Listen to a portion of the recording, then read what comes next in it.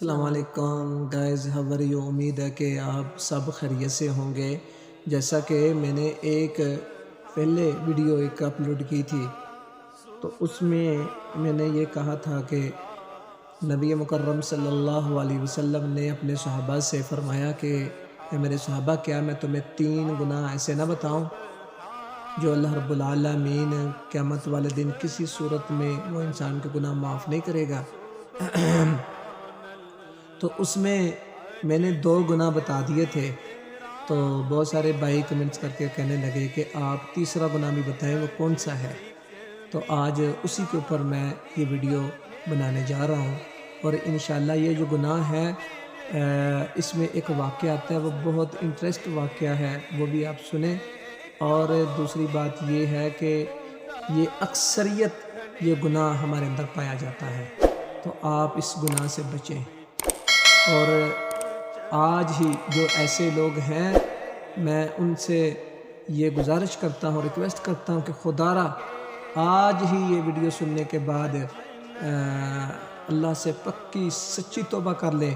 واللہ قسم باللہ، میں رب کعبہ کی قسم کھا کر کہتا ہوں کہ یہاں ہم نے اس چیز سے توبہ نہ کی تو کبھی ہماری بخشش نہیں ہوگی، کبھی اللہ ہمیں معاف نہیں کرے گا۔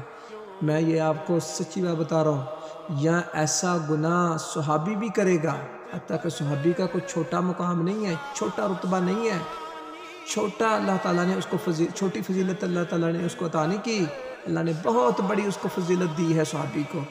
نبی مکرم صلی اللہ علیہ وسلم نے فرمایا کہ پہلا صحابی کا جو مقام ہے وہ یہ ہے کہ جس نے مجھے ایمان کی حالت میں ایک جھلک اور ایک پل، اس نے مجھے ایک نظر دیکھ لیا، تو اللہ تعالیٰ پہلا شرف اس کو یہ بخشتا ہے کہ اللہ تعالیٰ اس کے اوپر جہنم کی آگ حرام کر دیتا ہے۔ اور دوسری بات یہ کہ جس نے مجھے ایمان کی حالت میں دیکھا تو اللہ تعالیٰ اس کے تمام سابقہ گناہوں کو معاف کر دیتا ہے، وہ ایسے ہو جاتا ہے جیسے کہ آج کے دن کا بچہ ہے۔ تو محترم بھائیوں، میری یہ بات بتانے کا مقصد صرف یہ ہے کہ یہ صحابی بھی ایسا گناہ کرے گا تو اللہ اس کو بھی بخشے گا نہیں، تو ہم پھر کس پاک کی مولی ہیں؟ وہ تیسرا گناہ کیا تھا؟ وہ تھا عقوق الوالدین، ماں باپ کا جو نافرمان بیٹا ہے اللہ تعالیٰ اس کو معاف نہیں کرے گا۔ اور دوسری بات یہ ہے کہ نبی مکرم صلی اللہ علیہ وسلم نے بڑی وضاحت کے ساتھ یہ حدیث فرمائی ہے۔ آپ نے فرمایا رضی اللہ فی رضی الوالدین وسخط اللہ فی سخط الوالدین، جس کا ماں باپ راضی ہے اللہ بھی اس بندے کے ساتھ راضی ہے، جس کا ماں باپ اپنے بیٹے سے ناراض ہے وہ اللہ بھی اس کے ساتھ ناراض ہے۔ تو اس لیے محترم بھائیوں، یا اپنے رب کو خوش کرنا چاہتے ہو، اپنے رب کو راضی کرنا چاہتے ہو، تو آپ کو سب سے پہلے اپنے ماں باپ کو خوش اور راضی رکھنا پڑے گا۔ یا آپ اللہ کو ناراض کرنا چاہتے ہو تو آپ کو سب سے پہلے اپنے ماں باپ کو ناراض کرنا پڑے گا۔ اب وسخط اللہ فی سخط الوالدین کے اوپر ہی میں ایک واقعہ سنا کر اپنی بات کو ختم کروں گا، واقعہ مختصر کروں گا۔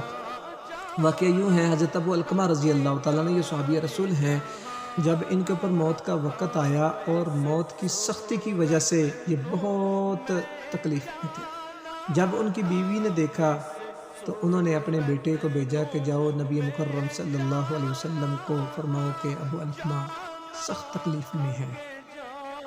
بیٹا گیا، پیغام دیا، اللہ کے رسول صلی اللہ علیہ وسلم آئے، اور آپ نے جب دیکھا تو آپ نے صحابہ سے پوچھا کہ کیا ابو علقمہ کا ماں باپ زندہ ہے؟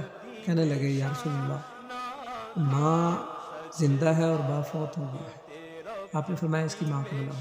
صحابہ کے اور جا کر فرمایا کہ آپ کو اللہ کے رسول صلی اللہ علیہ وسلم یاد فرما رہے ہیں۔ وہ خوشی سے یہ سن کر خوشی سے وہاں سے اٹھی اور لاٹھی کے سہارے چل کر نبی مکرم صلی اللہ علیہ وسلم کی خدمت میں حاضر ہوئی اور کہنے لگی یا رسول اللہ، میرا ماں باپ آپ پر قربان ہو، آپ نے مجھے یاد فرمایا۔ آپ صلی اللہ علیہ وسلم نے فرمایا کہ اے ماں، تو یہ بتا یہ تیرا بیٹا ابو علقمہ کیسا تھا؟ وہ ماں کہنے لگی کہ یا رسول اللہ، آپ کتنا جانتے ہیں یہ میرا بیٹا بہت نیک، یہ باتیں نوٹ کرنے والی ہیں، یہ واقعہ صحیح واقعہ ہے۔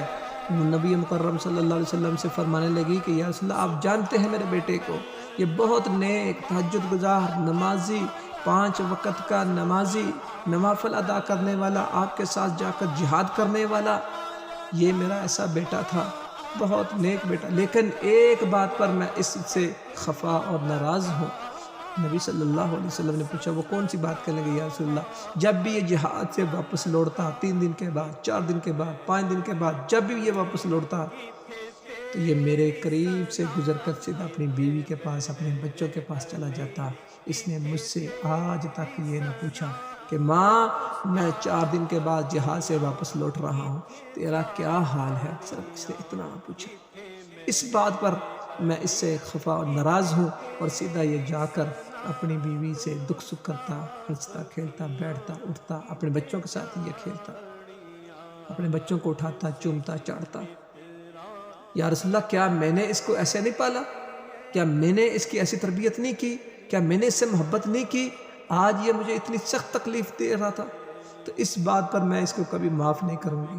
آپ صلی اللہ علیہ وسلم نے فرمایا تو اس کو معاف کرے گی تو اللہ بھی اس کو معاف کرے گا، نہیں تو پھر سوچ لے کہ یہ اسی طرح ہی تڑپتا رہے گا۔ وہ ماں کہنے لگی کہ نہیں یا رسول اللہ میں اس کو معاف نہیں کروں گی۔ آپ صلی اللہ علیہ وسلم نے فرمایا ٹھیک ہے تو اس کو معاف نہیں کرتی تو پھر ہم اس کا کوئی حل نکالتے ہیں۔ اللہ کے رسول صلی اللہ علیہ وسلم نے اپنے صحابہ کو حکم دیا کہ جاؤ اور جنگل سے لکڑیاں کاٹ کے لے آؤ۔